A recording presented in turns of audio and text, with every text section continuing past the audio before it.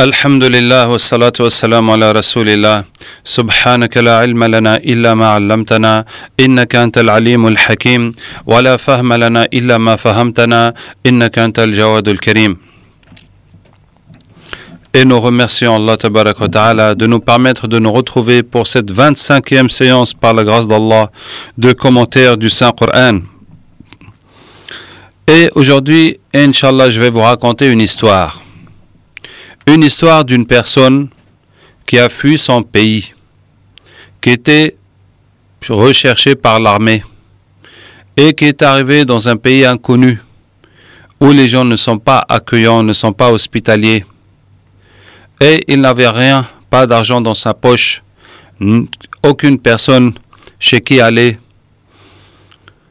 Et il est venu se coucher sous un arbre, demander à Allah de l'aider. Et Allah Tabarak wa Ta'ala lui a donné ce jour-là un peu d'argent pour ses besoins immédiats. Et ensuite, les papiers pour lui permettre de résider dans ce pays. Et ensuite, le travail. Et ensuite, la maison. Et ensuite, le mariage. Et il a passé la nuit comblé de tous les bienfaits. Cette histoire se trouve dans le Coran. Se trouve dans le Coran. Dans le Surat les récits. Et c'est l'histoire de Moussa alayhi salam qui a fui l'Égypte après avoir tué quelqu'un. Et l'armée de Pharaon le recherchait.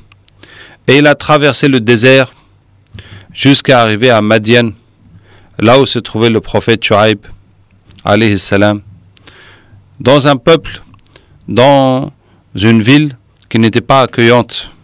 Nous allons voir ça dans l'histoire. Et Allah Tabarak wa Ta'ala lui a tout donné ce jour-là. Allons-y dans les détails. Allons-y dans les détails, Inch'Allah.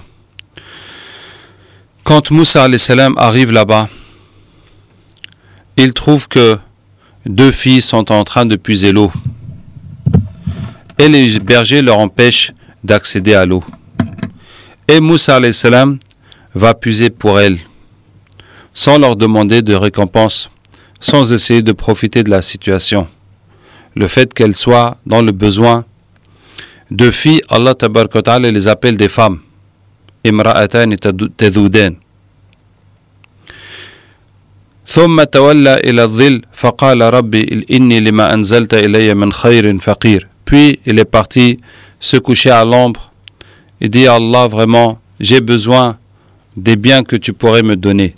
Je suis là, j'ai faim, je suis fatigué, j'ai nulle part où me coucher. Je suis là seulement. فَجَاءَتْهُ إِحْدَاهُمَا تَمْشِي عَلَى اسْتِحْيَاءٍ. Une des deux est venue le voir. Allah nous dit qu'elle marchait avec pudeur. Elle lui dit que mon père t'appelle pour te payer le travail que tu as fait pour nous. Donc voici, qu'est-ce qui s'est passé? Les deux femmes sont rentrées chez elles plus tôt que d'habitude, puisque le travail a été vite terminé par l'intervention de Moussa alayhi salam. Et le père n'a pas manqué de leur demander, mais qu'est-ce qui s'est passé? Pourquoi vous êtes rentrés plus tôt? Elle dit, voilà, il y a un homme, un inconnu, qui est venu nous aider. Bien entendu, le père ne veut pas dire quoi, et qu'est-ce qui s'est passé, et qu'est-ce qu'il vous a dit, et comment ça s'est passé. Et ils vont dire non, il n'a rien dit du tout, il nous a aidés, et puis il nous a laissés comme ça, et il est allé se coucher là-bas, nous on est partis. Et donc, à quoi pense ce père? À quoi pense ce père qui a vieilli, qui est fatigué, qui ne peut pas travailler, qui n'a pas de garçon pour l'aider, qui n'a que des filles, si bien qu'il envoie ses filles travailler, concurrencer les hommes, près des hommes, hein. Et il est là, les filles grandissent, ce sont des femmes, elles sont toujours pas mariées, et le père est là. Bien entendu, le père espère, je ne dirais pas désespérément, mais il espère ardemment pour voir marier ses filles et se tranquilliser pour quitter ce monde en paix.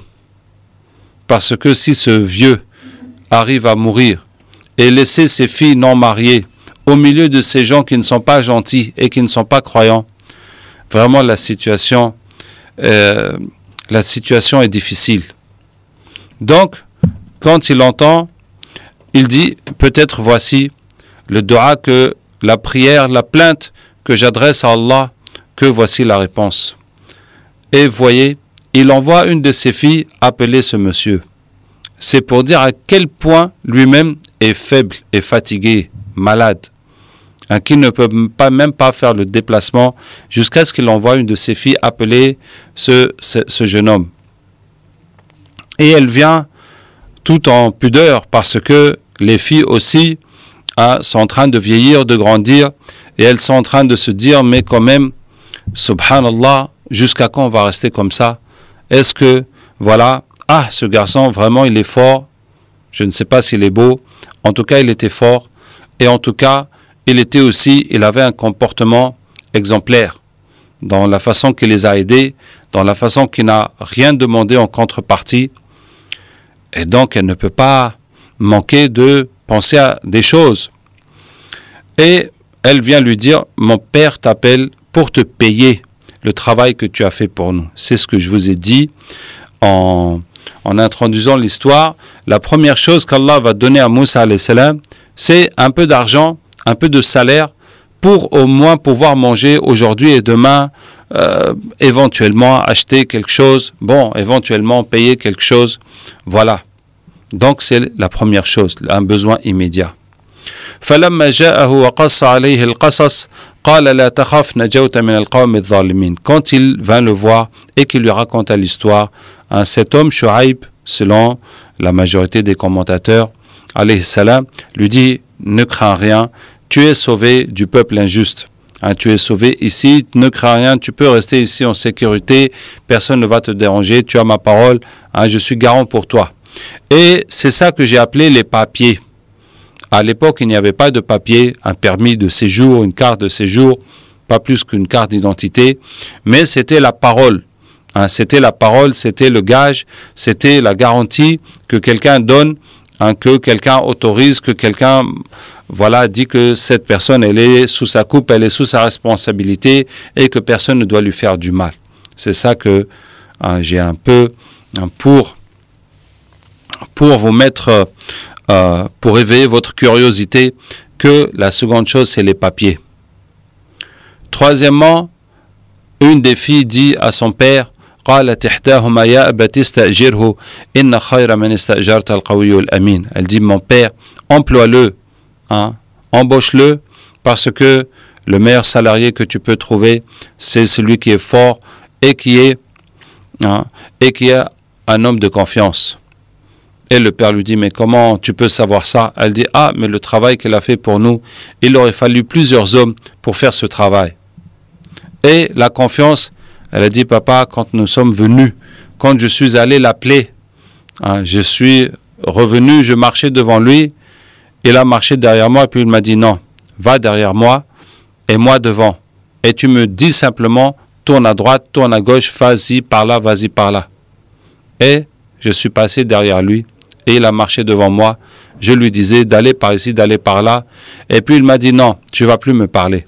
Tu n'as qu'à lancer un caillou à droite ou à gauche. Quand il faut tourner, c'est tout comme ça. Subhanallah. Quel comportement. Quelle pudeur. Quel respect. Quelle dignité. Quelle loyauté. Subhanallah. Qu'Allah nous aide, mes frères et mes sœurs. Comment sont nos comportements aujourd'hui? Qu'Allah nous guide les musulmans et nous enseigne vraiment les manières. Donc, voici le travail qui vient. Il a eu de quoi manger, et voilà maintenant un permis de séjour, et voilà du travail. Et le vieux lui dit, le papa lui dit, Inni uridu an unkihaka ihda ibnatayya hatayn. Je voudrais te marier une de mes deux filles qui sont là, mais en échange, je voudrais que tu travailles pour moi 8 ans ou 10 ans. Ce n'est pas pour te fatiguer, mais tu vois bien la situation. Si tu prends la fille et tu t'en vas comme ça, moi déjà je peux rien faire. J'avais 2 filles qui travaillent. Si tu prends une et tu pars, tu vas me laisser avec l'autre fille. Donc vraiment, notre situation va être difficile. Donc au moins, tu vas faire quelques années avec nous. On va travailler, on pourra fructifier un peu l'exploitation familiale. Peut-être que d'ici là, la 2e fille, Inch'Allah, trouvera un mari. Et après, tu seras libre de ton engagement. Tu pourras retourner dans ton pays ou faire comme tu veux. Donc, ça veut dire que cette condition de travailler 8 ans ou bien jusqu'à 10 ans pour le papa, ce n'était pas vraiment pour tirer profit, avantage, mais il lui dit comme ça, c'est intéressant pour toi, tu vas travailler quelques années, tu vas constituer, Inch'Allah, un petit capital, comme ça avec tes moutons ou tes vaches, tu pourras aller faire ce que tu veux, t'installer, acheter une petite ferme, ou en tout cas, voilà, c'est bon pour toi, c'est bon pour moi. Et subhanallah, voyez-vous cette relation, dès le premier jour. Dès le premier jour, il a connu cet homme, il lui a marié sa fille. Qu'Allah nous aide, mes frères et mes sœurs. Parce que nous sommes dans une époque où le mariage est devenu tellement compliqué. Où le mariage, il y a tellement de conditions. Un parcours du combattant. L'argent qu'il faut débourser quand on totalise. Subhanallah, ça fait 500 000, ça peut faire 1 million, ça peut faire plus. Mais où est-ce que quelqu'un de normal peut aller chercher cet argent? Est-ce qu'il va être obligé de commettre des péchés ou bien d'emprunter, de s'endetter? Et cet argent pour faire des festivités, pour satisfaire l'ambition des uns et des autres. C'est-à-dire que finalement cet argent, une très minime partie servira au couple. Donc ce n'est pas pour le bonheur de la fille, ni pour du garçon, ni le bonheur du garçon. C'est en tout cas pour profiter. Chacun veut son petit intérêt, chacun veut être respecté, chacun veut comme ça une marque de quelque chose. Et aussi pour festoyer, pour faire la fête, se réjouir, et puis des caprices, et puis aussi pour honorer des traditions qui ne sont pas islamiques, et puis aussi et puis aussi pour montrer à la société que voilà ce qu'on a fait, voilà ce qu'on a fait. Qu'Allah nous aide. Qu'Allah nous aide. Le mariage n'est pas pour ça. Le mariage, notamment, est pour se préserver de la fornication. Et plus on complique le mariage, plus la fornication devient l'alternative de la majorité. Et on va de moins en moins trouver des jeunes qui viennent se marier en étant vierges. Si ce n'est qu'ils ont déjà des enfants. Tout cela pourquoi? Parce qu'on a compliqué le mariage. Donc, voyez, notamment dans cette histoire, d'une façon assez, je dirais pas anormale, mais en tout cas atypique, d'une façon contraire aux coutumes, c'est le père de la fille qui propose le mariage au garçon. Puisque si vous vous mettez à la place de Moussa alayhi salam, il vient de débarquer dans un pays qu'il ne connaît pas et n'a pas un sou dans sa poche, il n'a pas de maison, il n'a pas de travail, il n'a rien, comment est-ce qu'il va pouvoir demander la main d'une femme? Il faut quand même pouvoir la nourrir, la loger, l'entretenir. Et déjà, si on ne peut pas satisfaire ses propres besoins, comment va-t-on gérer une femme et puis, Inch'Allah, des enfants?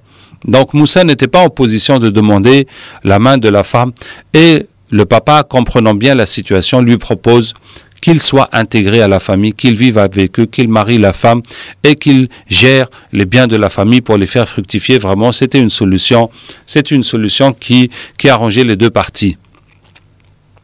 Donc, je vous ai dit qu'Allah a donné à Moussa alayhi salam de l'argent pour régler ses problèmes immédiats, une autorisation de séjour, un travail et le mariage. Et je vous ai dit le logement. Le logement se situe entre le travail et le mariage, puisque cet homme allait l'embaucher. Et puisqu'il savait qu'il vient de nulle part, qu'il a traversé le désert, qu'il n'a nulle part où aller, puisqu'il va l'employer dans sa ferme, il faudra bien qu'il l'héberge. Et comme il va lui marier sa fille, donc raison de plus de l'héberger là-bas. Donc le logement est sous-entendu entre le travail et le mariage. Et voilà comment Moussa alayhi salam a obtenu tous les biens le même jour. Et vous voyez, c'est une manifestation de la puissance d'Allah. Parce que combien d'entre nous courent après cela? Après un peu d'argent pour satisfaire leurs besoins immédiats, éventuellement des papiers, s'il n'y en a pas, bon, si on est chez nous, on est chez nous, mais ensuite du travail et un logement et un mariage. Et Allah Ta'ala nous raconte comment il a donné tout cela en un jour. Est-ce que vous voyez? Qu'est-ce que nous devons en déduire?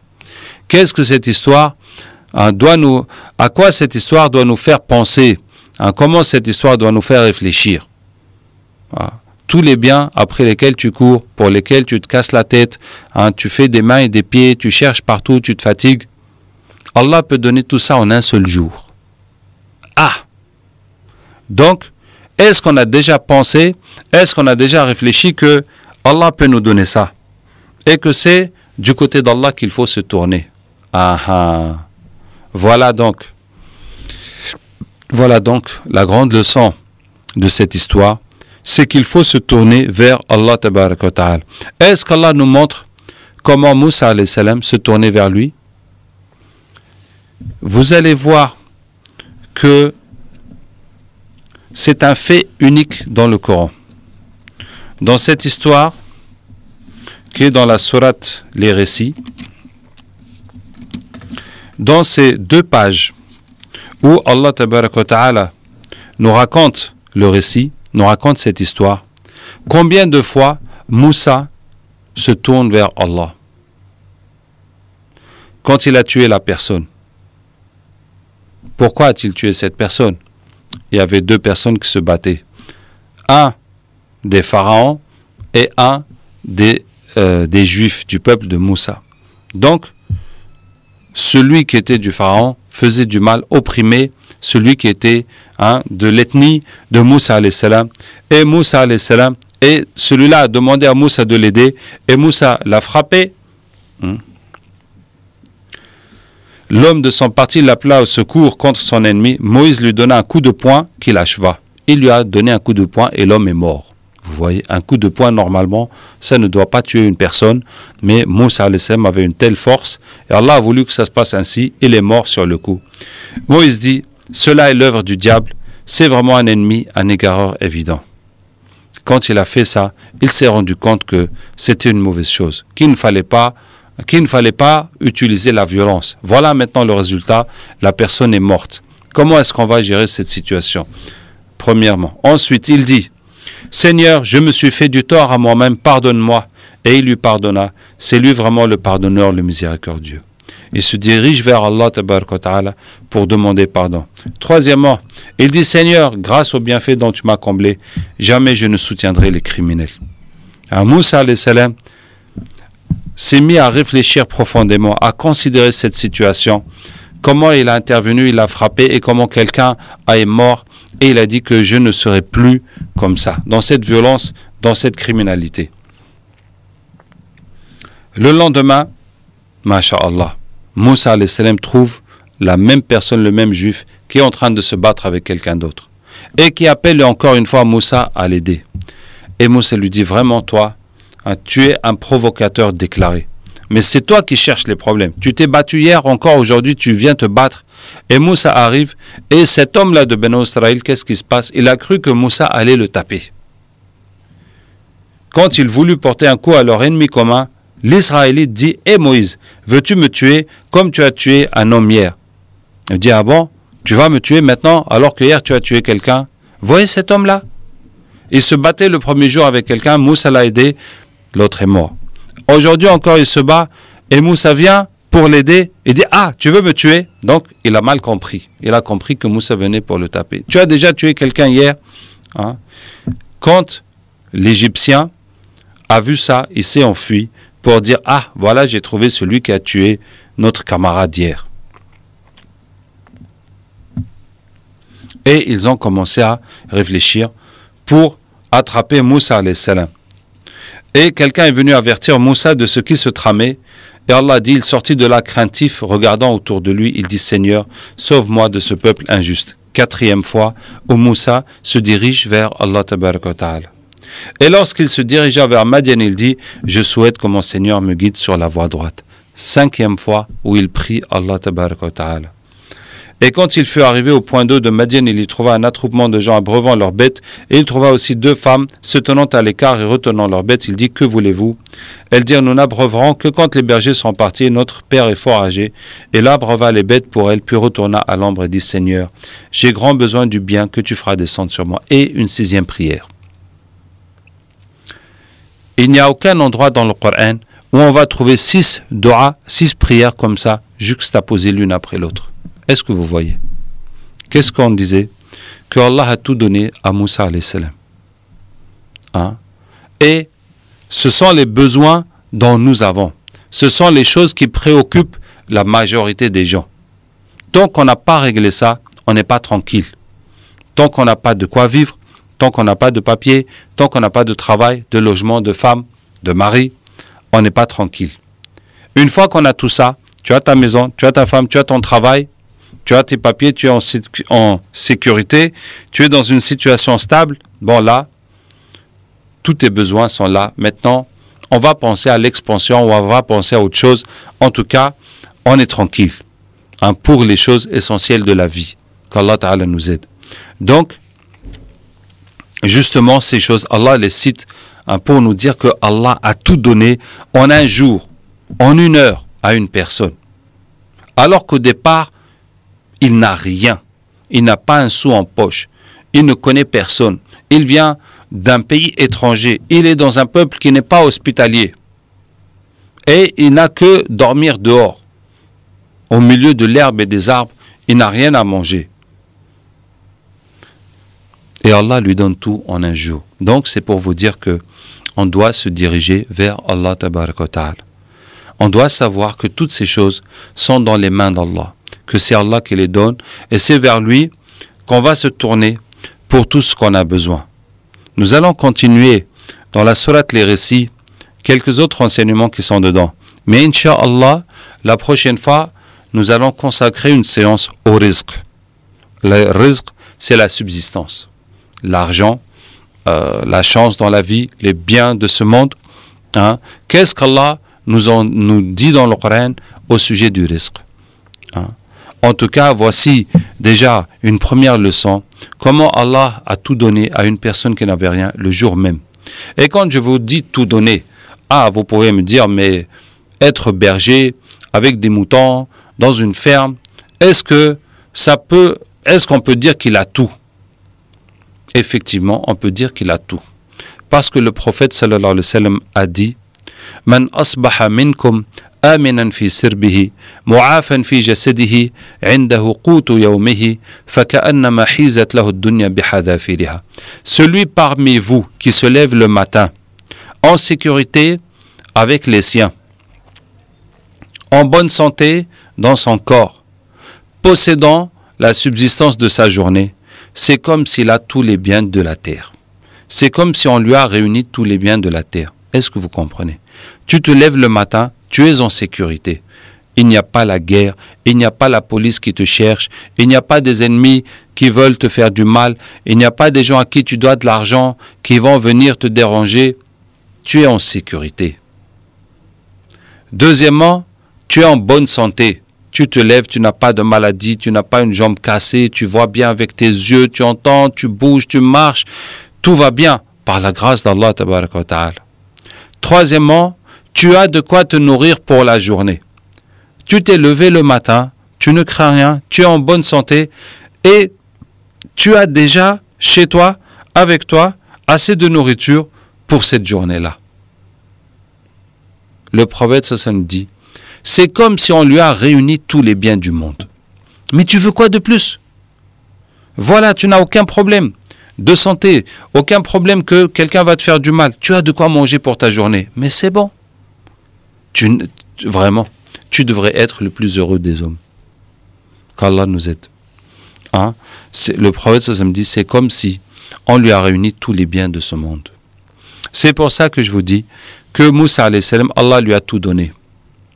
Il est berger, il a ses moutons, peut-être qu'il y a un peu de plantation, il y a le lait, il y a la viande, il y a le pain, les légumes, les fruits, masha'Allah.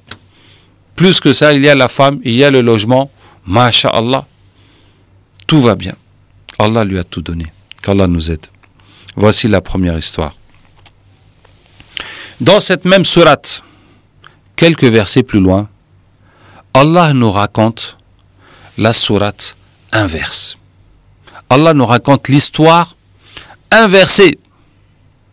Quelqu'un qui avait tout et auquel Allah a tout arraché. Parce que il était ingrat, mécréant. Selon la règle d'Allah tabaraka wa ta'ala, la in shakartum la azidannakum wa la in kafartum inna adhabi la shadid. Si vous remerciez, je vous augmente. Et si vous reniez, mon châtiment est douloureux. Mon châtiment est terrible. Hein? Et en plus, la deuxième histoire, c'est le cousin de Moussa alayhi salam. Son propre cousin. Est-ce que vous voyez? Deux histoires côte à côte, dans la même sourate. Une qui raconte l'histoire de quelqu'un qui n'avait rien, auquel Allah a tout donné. L'autre, l'histoire de quelqu'un qui avait tout, et là, le tout, c'est quelque chose. C'est quelque chose, nous allons en parler, et auquel Allah a tout arraché. Donc nous tournons quelques pages, et nous trouvons la deuxième histoire, qui commence ainsi. Inna Qaruna kana min qawmi Musa fabagha alayhim. Qarun, Corée, était du peuple de Moïse, mais il était empli de violence envers eux. Nous lui avions donné des trésors dont les clés pesaient lourd à toute une bande de gens forts, d'esclaves forts. Les clés de ces trésors étaient dures à porter par une bande d'esclaves forts. Pour porter les clés des trésors. Que dire donc des trésors eux-mêmes? Combien était-ce? Combien pouvaient être ces trésors? Si pour porter les clés, il fallait une bande d'esclaves qui portaient difficilement les clés de ces trésors. Et regardez dans cette histoire. Allah commence l'histoire par dire « Nous lui avions donné ». Allah lui a donné la richesse. Maintenant, Allah ne nous dit pas de quelle façon Allah lui a donné la richesse. Peut-être qu'il a travaillé, peut-être qu'il a hérité, peut-être qu'il a volé. On ne sait pas. Mais, quelles que soient les causes, quelle que soit la manière dont cela s'est produit, c'est Allah qui lui a donné la richesse. Et cela est très important parce que ça va nous donner la leçon à la fin de cette histoire. C'est que nous ne voyons pas que c'est Allah qui donne. Nous voyons seulement que tu travailles, tu as la chance, tu n'as pas la chance, on t'a aidé, ou bien tu as triché, ou bien tu as volé, ça a marché, ça n'a pas marché, etc. C'est ça qu'on voit. Mais justement, puisque nous sommes croyants, Allah veut nous montrer autre chose. Ce n'est pas ce que vous voyez. Ce n'est pas la chance. Ce n'est pas ce que vous voyez. C'est Allah qui donne. Que tu travailles ou pas. Que tu sois riche ou pas, quel que soit, c'est Allah qui a fait que ça se passe ainsi. D'autres ont fait la même chose que toi, ont réussi plus ou ont réussi moins. Donc c'est Allah qui donne. Nous lui avons donné des richesses, telles que les clés de ces trésors étaient dures à porter pour un groupe fort d'esclaves. Son peuple lui dit, ne te réjouis point, car Allah n'aime pas les arrogants. Son peuple lui dit, c'est pas parce que tu es riche que tu vas penser que tu es au-dessus de nous, et que tu es meilleur, et que tu peux te permettre de faire des péchés, d'abuser des femmes, d'être injuste, de corrompre les gens, etc., etc. Ne fais pas ça.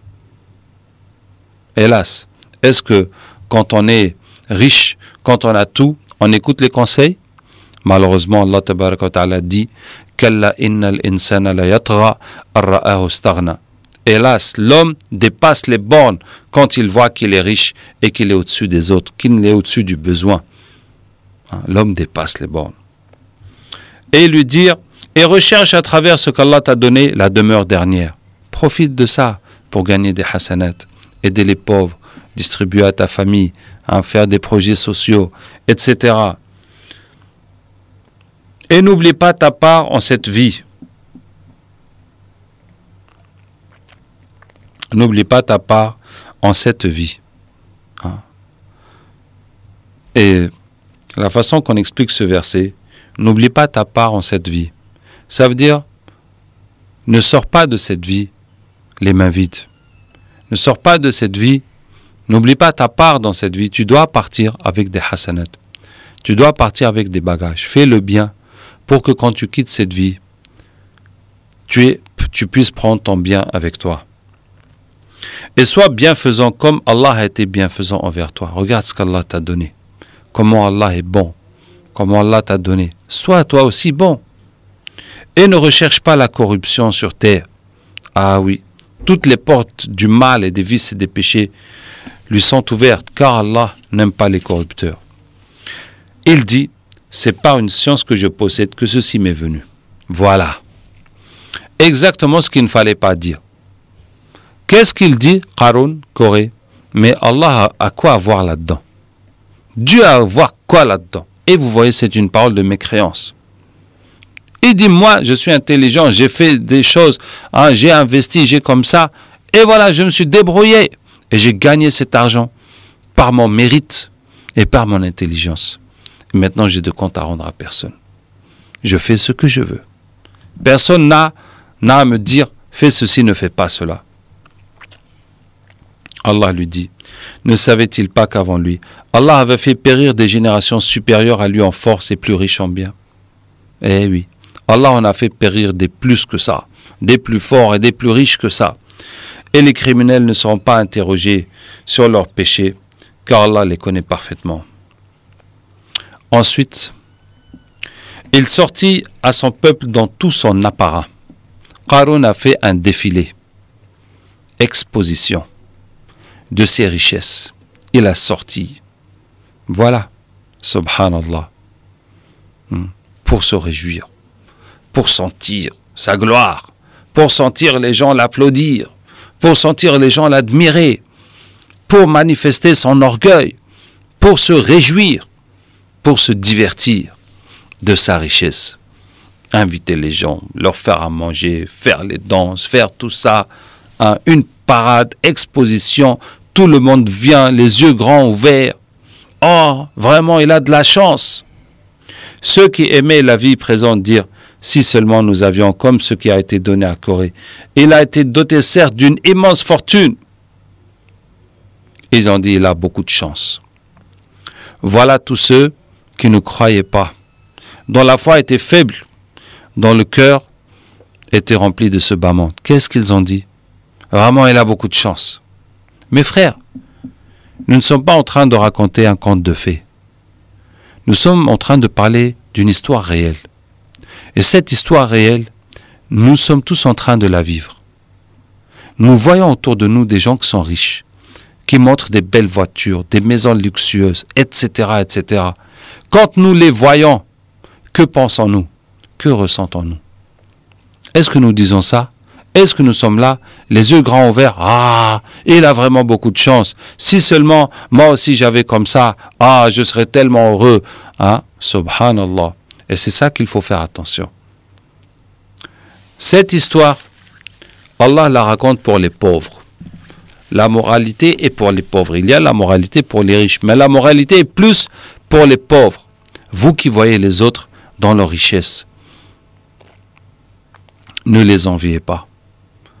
Ne les regardez pas en les glorifiant. Ne pensez pas qu'ils ont beaucoup de chance. Ne pensez pas que si vous seriez comme eux, vous seriez heureux. Hélas, tout cela est une erreur.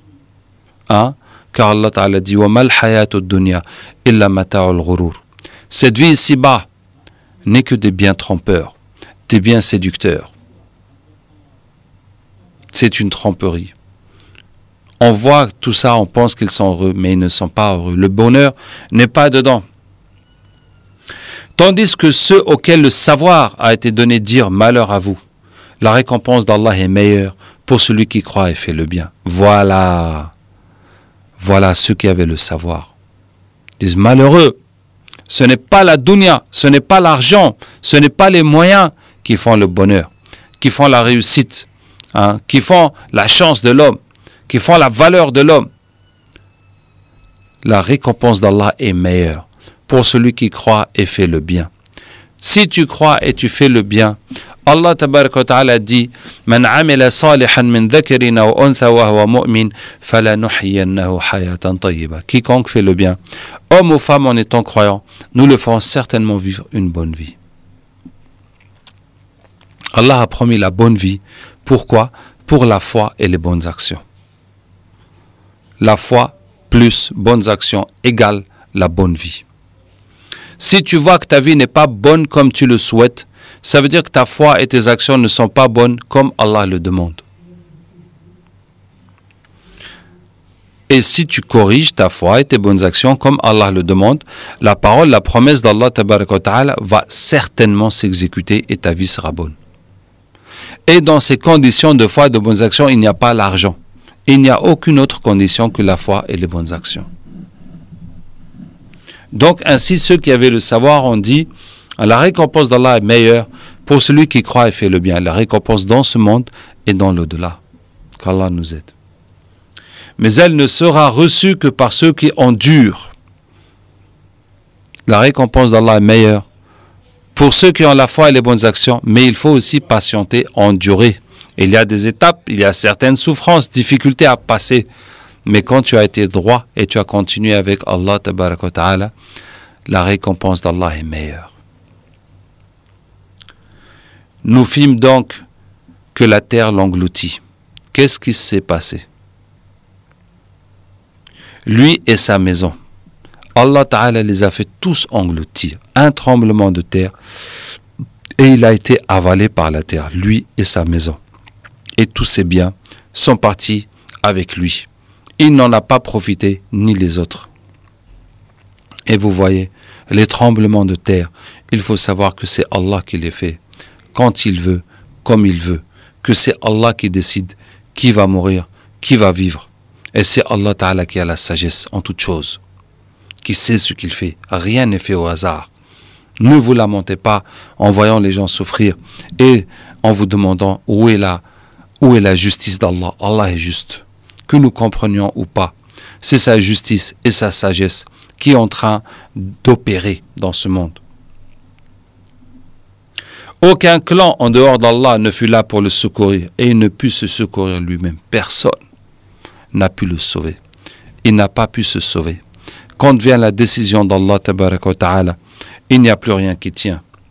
Et ceux qui la veille souhaitaient être à sa place se mirent à dire « Ah, il est vrai qu'Allah augmente la part de qui il veut parmi ses serviteurs ou la restreint. » C'est maintenant qu'ils ont compris qu'il n'y avait pas de chance, que c'est Allah qui lui a donné toutes ses richesses et Allah qui ne leur a pas donné toutes ses richesses. C'est maintenant, quand l'acte final a eu lieu et qu'il a été englouti, que tout le monde a compris que depuis le début, c'est Allah qui manipule les choses.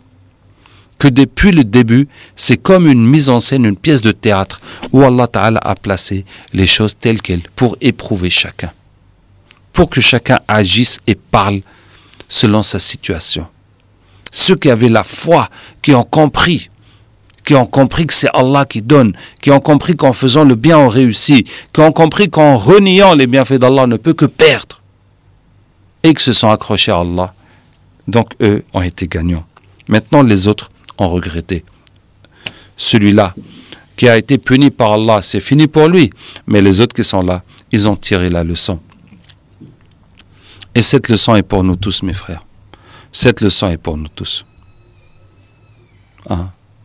N'envions pas les gens riches, les gens aisés, les gens qui ont comme ça des apparences, hein, toutes ces apparences. Non, n'envions pas ça. Parce que le bonheur dans ce monde, c'est uniquement dans la foi et les bonnes actions. Dans la satisfaction d'Allah tabaraka wa ta'ala, aussi bien dans ce monde que dans l'au-delà.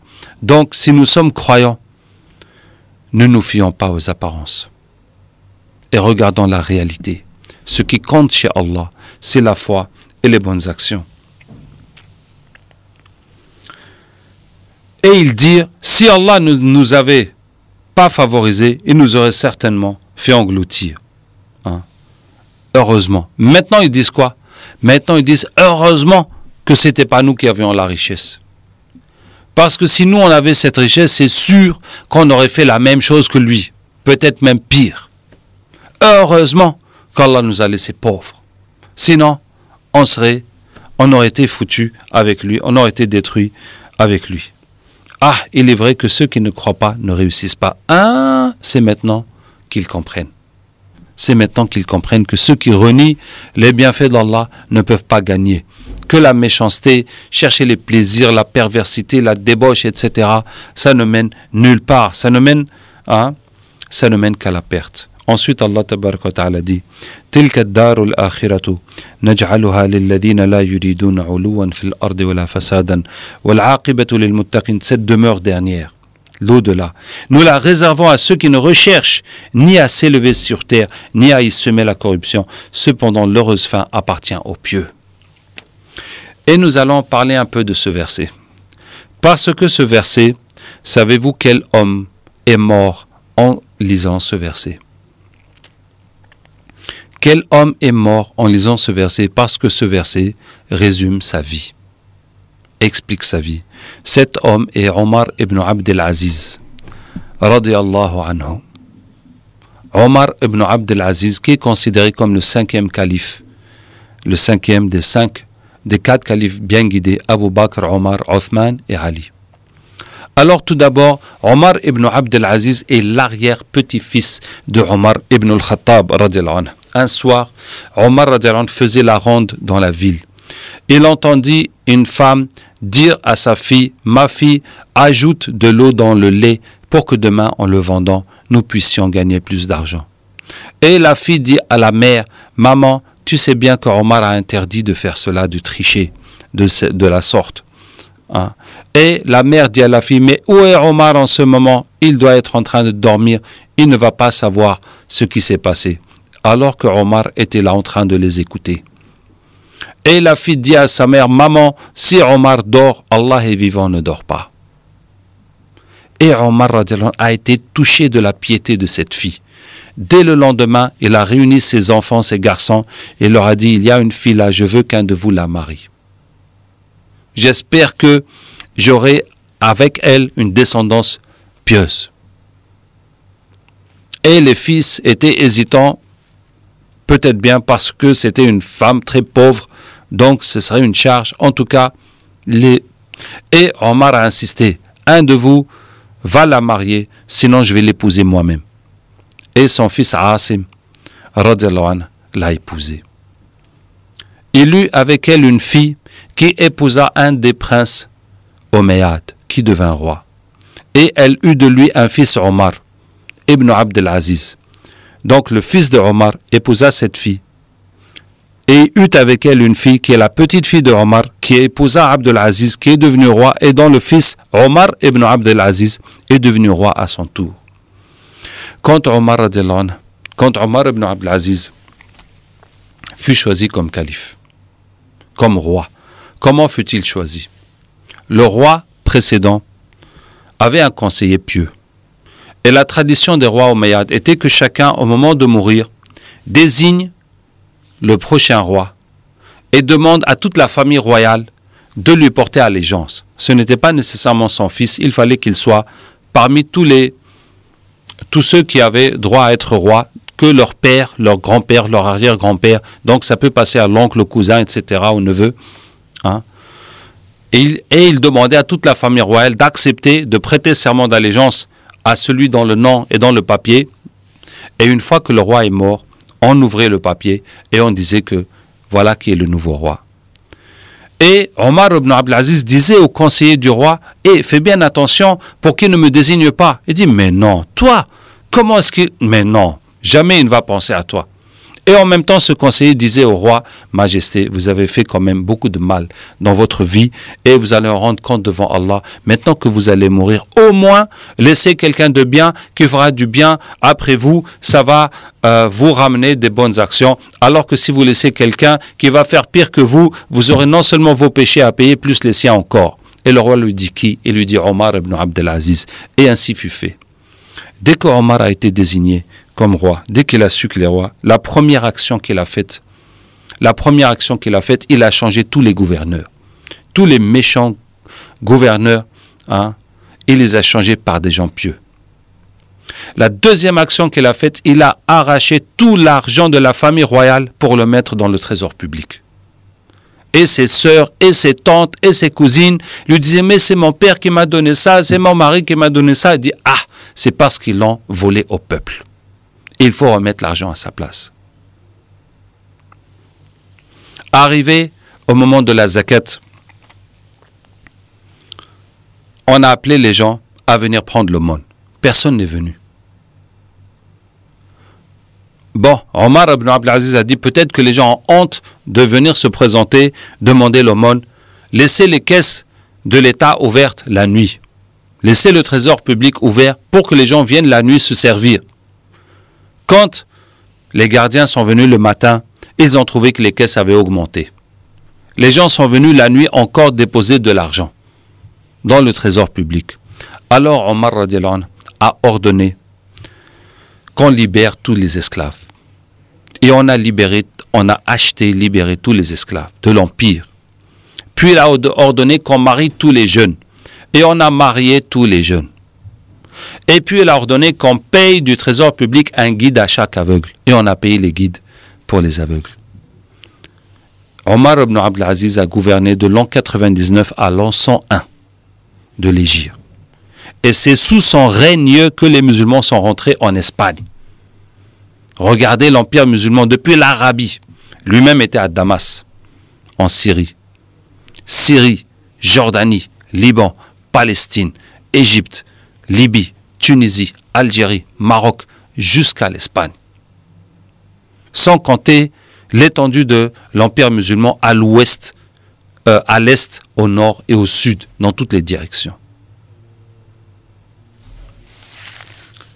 Et puis, donc, c'était la piété de Omar ibn Abdelaziz. La piété, la foi.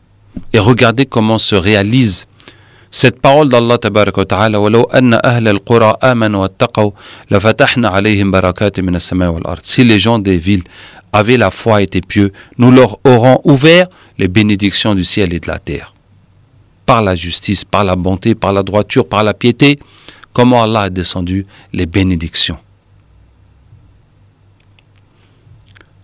Il y avait un berger qui était à 3 jours de route de Omar ibn Abdelaziz. Et un jour, le berger dit « La hawla wa la quwwata illa billah » le chef des croyants est mort. Et les gens lui disent « Mais qu'est-ce que tu dis? Comment sais-tu ça ?» Il dit « Le loup marchait avec les moutons. Et aujourd'hui, le loup a tué un mouton. » Le berger a compris que c'était la baraka, la bénédiction, la miséricorde de la présence de cet homme pieux, Omar ibn Abdelaziz, qui a tellement fait de bien, ce bien a tellement illuminé les gens que le loup même n'attaquait plus les moutons. Et aujourd'hui, le loup a tué le mouton. 3 jours après, l'information est arrivée que Omar ibn Abdelaziz était mort ce jour-là. Omar ibn Abdelaziz est considéré à l'unanimité comme le premier des mujaddidines, des rénovateurs. Ce dont le prophète sallallahu alayhi wa sallam a dit, Allah envoie à cette communauté, à la tête de chaque siècle, quelqu'un qui va lui renouveler sa religion. Le premier était effectivement Omar ibn Abdelaziz. Il a régné pendant 2 ans et demi, 30 mois, au bout desquels il a été empoisonné, il est mort. Et en mourant, il lisait ce verset. تلك الدار الآخرة نجعلها للذين لا يريدون علوا في الأرض ولا فسادا. Cette demeure dernière, nous la réservons à ceux qui ne recherchent ni à s'élever sur terre, ni à y semer la corruption. Cependant, l'heureuse fin appartient aux pieux. C'est le verset 83 de la sourate 28, le récit.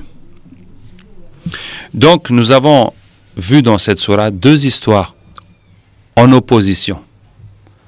L'histoire de quelqu'un qui n'avait rien, strictement rien, Allah lui a tout donné. Et l'histoire de quelqu'un qui avait tout, immensément tout, Allah lui a tout enlevé. Et j'ai voulu terminer avec cette histoire de Omar ibn Abdelaziz, radiallahu anhu. Donc, qu'Allah nous fasse qu'Allah fasse de nous, qu'Allah nous fasse reconnaissants envers ses bienfaits, qu'Allah nous préserve de devenir orgueilleux. avec ses bienfaits, ou d'être jaloux, d'être envieux de ceux qui ont les choses de ce bas monde. Qu'Allah nous donne la foi pour croire en lui, pour avoir confiance en lui, et les bonnes actions pour le servir.